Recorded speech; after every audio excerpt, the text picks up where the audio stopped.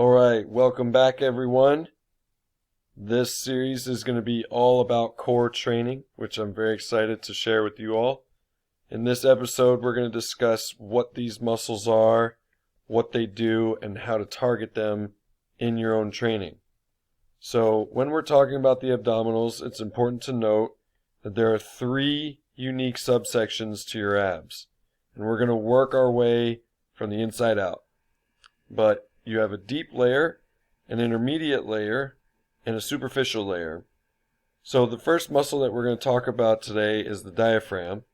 A lot of people don't want to talk about the diaphragm, but it's a critical muscle as far as respiration goes. So what you're going to imagine here is inside from your rib cage, your diaphragm comes up all the way around and attaches onto your lower back. So when you take a deep breath, your diaphragm comes down, and in a perfect world, underneath you have your pelvis and most importantly your pelvic floor. So that is there to help catch that breath. It'll pressurize that entire abdominal wall. So when you go to squat or deadlift or overhead press, you've got a really strong, stable spine. Also in that deep layer, you have what's called your transverse abdominis, and it runs from what's called your linea alba here in front, which is just a big fancy name for an attachment point. So it comes all the way around and attaches onto your lower back. So those three muscles work in concert to help pressurize your deep and inner core musculature. So next we have that intermediate layer, which is essentially your internal oblique. So everyone's familiar with your external oblique on the outside, but if you can imagine for a second, your external obliques run this way and your internal obliques run in this fashion. So you can see here again that the muscle comes from the linea alba and comes down and across and attaches to your hip bone. From there, working your way even further outward, you've got your external oblique, which run from your rib cage all the way down, connects to your pelvis and your hip. Most people think of an external oblique as a trunk flexor or trunk rotator, and that's all fine and dandy, but what you're going to see is how important stability or control is to your core and midsection. So these muscles are actually really important for posteriorly tilting the pelvis or helping it roll back. A lot of people have a tendency to fall into what's called anterior pelvic tilt. So the pelvis rolls forward and you get a lot of pressure in your low back. So these muscles are very important for pulling your pelvis back. Now we have the major one that seems to be all the talk, and it's your rectus abdominis. So your rectus abdominis is this broad muscle that runs from your lower rib cage by your sternum or your breastbone all the way down to the front of your pelvis, which is called your pubic symphysis. So once you have the basic idea of the anatomy, you can start creating or constructing a better workout routine for your core. So last but not least, we're going to show you the muscles on the backside of the core. While there's tons of muscles on the backside of your body, we're going to focus on three main muscle groups. First, you've got these really small muscles that span about 2 to 4 segments of your spine called multifidi.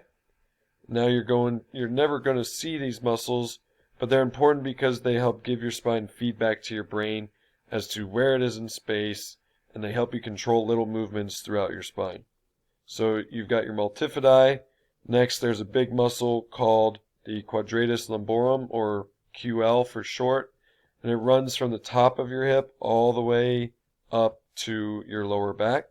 And it's important as far as side-to-side motion goes, but more importantly, for our purposes, it's very good at helping us prevent that motion of side-to-side bending. As you're going to see, the lumbar spine is very important for controlling or resisting motion. So next up, you've got these big muscles that most know about on your back called your erector spinae, which they run from the sacrum, from the top of your hip all the way up, and they connect to the back of your rib cage, and into the neck, even up as high as like the base of your skull. So these muscles are really important as far as controlling motion. Again, think about squatting or deadlifting, where you have a heavy weight on your back, for example. You want to maintain a little bit of extension through your lower back, and that's where your erector spinae come in. So that is everything with the musculature, anatomy. Now we're going to go into the exact bones and joints that you're going to use when you're training your core. And there's two major joints we're going to focus on here today, the pelvis and the lumbar spine, or your lower back. So when you're talking about the pelvis, there's two motions. Anterior tilt, where you're kind of rolling your pelvis forward and popping your hips back. And next is the opposite motion, which is called posterior tilt, and that's where you're kind of rolling your pelvis underneath you. So you've got those two at your pelvis, and you have four motions through your lumbar spine, or your lower back.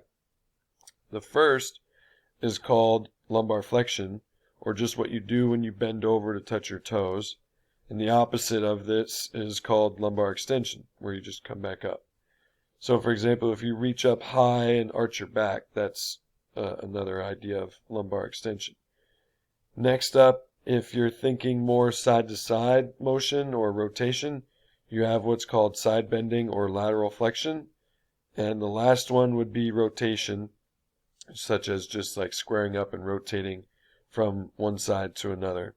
So now, as important all these movements are, what you're going to find when we're actually coming into the training part is how important actually resisting motion is. Lumbar spine doesn't have a ton of range of motion other than front to back, so if we can show you all how to control or resist motion through this area, you're going to make your lifts bigger, you'll be stronger, and you're going to stay healthier along the way. So now that we've covered the muscles, we've covered the skeleton, we're going to look at the exact movements that your core is designed to do. Now, people like talking about the big bang exercises like crunches and sit-ups and side bends, all the exercises that a lot of us have had growing up, but what's probably even more important is learning how to control your pelvic position, learning how to control your spine position, because that's what's most important for keeping you healthy and moving weights for a long period of time. So you've got 5 functions of your abdominals or your core. The first would be your ability to create pressure through your abs to stabilize your spine. So if you just took a deep breath in and held it, that's your diaphragm pressing down into that pelvic floor. It's pressing out into your transverse abdominis. So this is getting you a strong, stable spine so you can squat, deadlift, and overhead press effectively. The second one would be controlling extension through your low back or your lumbar spine. So if you were to arch back, this is fine, but you've got to be able to control it, and a lot of people struggle with that. So you've got your rectus abdominis, your external obliques, your internal obliques. So all those muscles connect into that front side of your pelvis, and they help you control your pelvis and your lower back position. So the third one you've got is what's called side bending or lateral flexion. So if you were to side bend to the right and left, you'll see your internal external obliques and that big muscle in your back called your QL. Those muscles are important for helping you stay neutral. For example, imagine carrying a bag of groceries in one arm. That side is going to be heavy compared to the other hand that's free. So you need that opposite side to be strong to control that motion. The fourth one is going to be anti-rotation. So when people rotate side to side, you've got your rectus abdominis, your internal obliques, external obliques, and even your transverse abdominis. Remember that deep muscle that runs kind of side to side across your abdomen? All those muscles are important for controlling rotation side to side. And the last one, number 5, is going to be your ability to resist flexion. So the ability to bend over and touch your toes is important, but as you can imagine, if you're squatting or deadlifting in this position, it's not going to end well.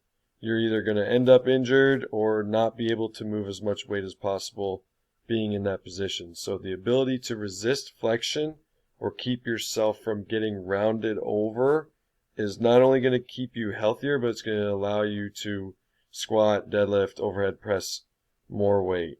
So we've covered the muscular anatomy, the skeletal anatomy, and the joints involved in your core. We've also gone over some of the movements. In the next video coming up on this topic, we're going to show you some of our favorite exercises in those movement patterns. Now, make sure to remember that these are just a handful of exercises that we're showing you on here. There are tons of possibilities from lots of different variations. So, looking at everything here, at the end of the day, your abs are everything. They literally tie your upper and lower body together.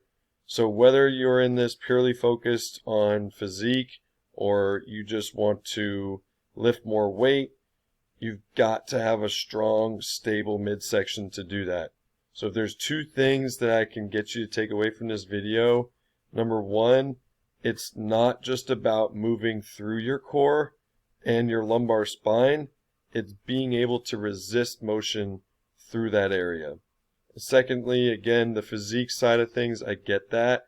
I want you to have a lean, sculpted midsection, but if you don't have the stability and the control front to back, side to side, and through rotation, you're never going to be able to move with much weight and perform at that high level at which you'd like to in the gym. So with that being said, you should all have a PhD right now in abdominals and core and how to use them in the gym. I thank you all for your time, and I'm looking forward to sharing the second video coming up. If you have any questions at all, please leave them down below or in the Facebook group, and I will be happy to answer them. Thank you, and good night.